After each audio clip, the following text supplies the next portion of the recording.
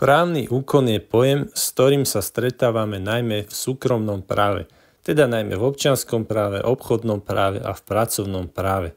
To sú všetko súkromnoprávne odvetvia. Právny úkon môžeme definovať tak, že je to správanie, s ktorým zákon spája určité právne následky. Teda napríklad občiansky zákonník spája s uzavretím kúpnej zmluvy také následky, že kupujúcemu vzniká povinnosť zaplatiť kúpnu cenu a predávajúcemu vzniká povinnosť odovzdať predávanú vec kupujúcemu. Prípadne vznikajú aj ďalšie povinnosti, ako napríklad odovzdať vec bez vád a podobne. Ďalším príkladom právneho úkonu je napríklad výpoveď zamestnanca. Na rozdiel od zmluvy, výpoveď zamestnanca je jednostranný právny úkon, teda postačuje, keď sa pod ňu podpíše iba zamestnanec.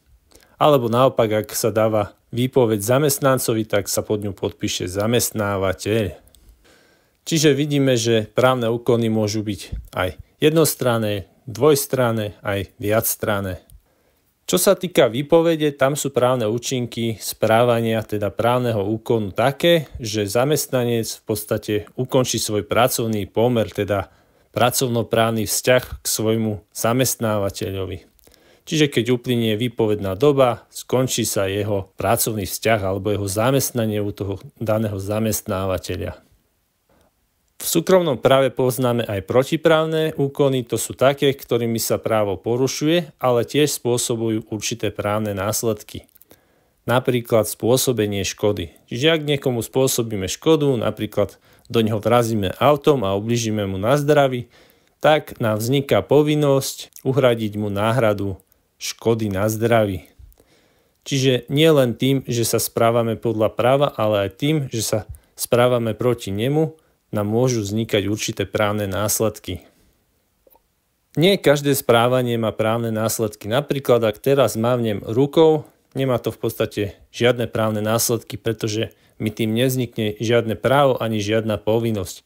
Ak by som však niekoho tou rukou udrel, opäť mu môžem spôsobiť škodu na zdraví a vznikne mi povinnosť zaplatiť mu náhradu škody. Teda takýto úder rukou by bol v podstate protiprávny úkon. Čo sa týka oblasti verejného práva, tam sa stretávame tiež s protiprávnymi úkonami, konkrétne s trestnými činami alebo priestupkami alebo inými správnymi deliktami. A taktiež sa tu stretávame aj s rozhodnutiami a inými úkonmi orgánov verejnej správy alebo aj orgánov verejnej moci.